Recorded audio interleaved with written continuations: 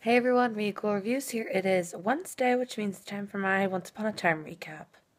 So, interesting episode. It was definitely better than last week.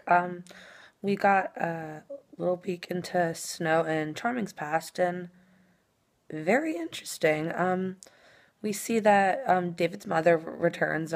It's a memory, so she's not like returned like she's alive. Their farm is not doing good, so David sets out to try to sell the farm. And I would assume the dog he has is this sheepdog, and it's really good at tracking things. And it brings David this cup that belongs to this woodcutter. And we see in Snow's past, like she's won it, obviously, by the queen. And the woodcutter, well, I believe this person recognized Snow, and I guess he betrayed her to the woodcutter. So the woodcutter doesn't want to kill Snow, he just wants the reward from the queen. So, when David goes and meets the woodcutter, I didn't put two or two together. I didn't realize that was the woodcutter. I thought we were being introduced to David's father and getting some kind of insight on that. But anyway, he gives David this drink, and I'm like, wow, you really should not take drinks from strangers. And he, I believe the dog goes to Snow, and the woodcutter traps Snow in his cart, and David actually rescues her. So technically, Snow and Charming have met before their first encounter, even though they didn't see their face and everything. But Snow helps Charming kill the woodcutter, and they never see each other's face or anything because Snow has a bounty out on her, so David could potentially be in trouble for knowing who Snow is. So he gives her the key to escape. In exchange, she gives him money that she was saving to leave the enchanted forest to save his farm. So that was interesting.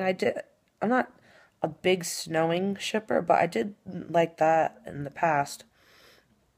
In Storybook, the queen wants Snow's heart, and that's a perfect day to her. She was telling Snow about the past, how Snow once received a pony for her birthday, and how Snow said that was her perfect day. Well, a perfect day in the queen's eyes is getting Snow's heart. And they have 12 hours to surrender their heart, or the queen will do something to the town, whatever it is contained in this vial. And they find out that it's from the River of Lost Souls, so it'll destroy the town. So that kind of made me think, the River of Lost Souls from the underworld, is this kind of introducing how Robin Hood's going to come back? And with Snow and Charming sharing a heart, what happens to one is going to happen to the other one. So they're all scrambling together, trying to figure out what to do from here. Emma and Hook empty out Regina's vault because that's where they're going to plan to trap the queen, so she can't use magic or harm them. And Hook and Emma have a moment where Hook says that Emma brought everybody together no matter what, and Emma could overcome anything and not to forget who she is. Well, I thought that was a nice scene. I'm like, why can't they give that scene to Regina? Like, you see, the writers are always constantly favoring Emma. We see that they try to create a distraction, and they write a note that was to give to Zelena, like that's the impression that the queen wrote it. Because you see that Zelena and the queen kind of have an alliance going, but the way Zelena's body language is, I question who her alliance really is with. So she goes into Gold's shop, and she sees that Gold and the queen are like making out, which I still think their relationship is gross. By the way, it's disgusting. And Zelena is pissed that the queen's been lying to her this whole time, and her neck is actually turning green.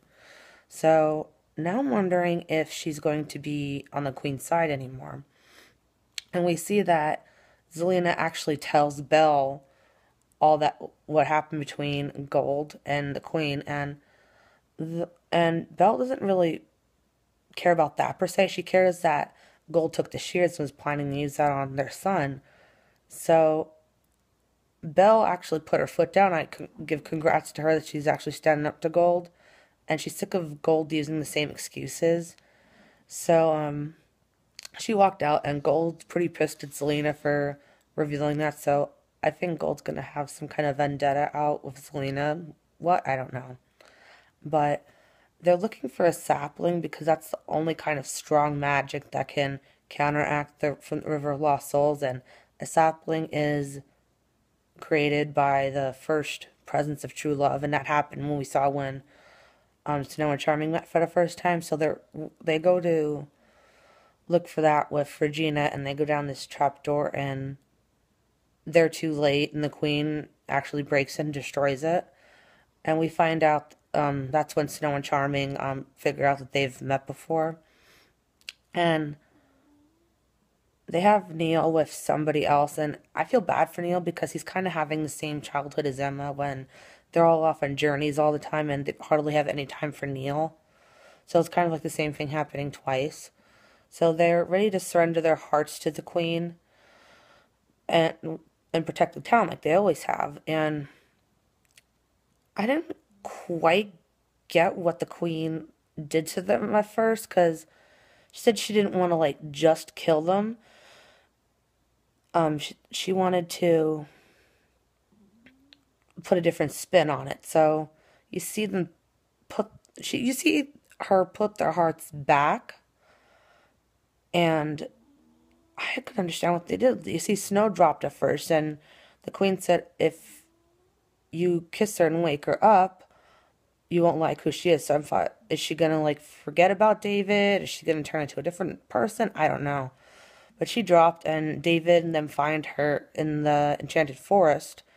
And there was kind of flashbacks to when he first woke her up in the glass coffin. So I thought, oh, are they going to go back to the Enchanted Forest and have to try to get back to Storybook? I didn't know. But, when David kissed Snow, woke him up, David then fell asleep. And we found out that because they share the same heart while they're in this curse, and it's unbroken, they can never be together. So I'm wondering exactly what's going to break it, because usually True Love's Kiss breaks curses. So it's very interesting. Next week we see that Snow's pissed that the Queen did this, and she's smashing a mirror. And we see that the Queen's trapping Emma and Regina in this mirror.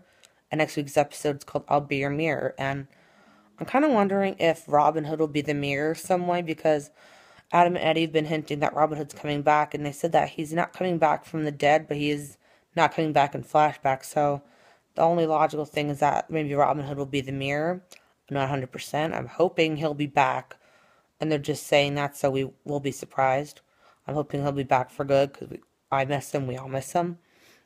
So I hope you guys enjoyed tonight's Once Upon a Time. If you want to check out Once Upon a Time, it is on Sundays, 8 p.m. on ABC. I hope you guys enjoyed my Once Upon a Time recap, and until next time, stay regal.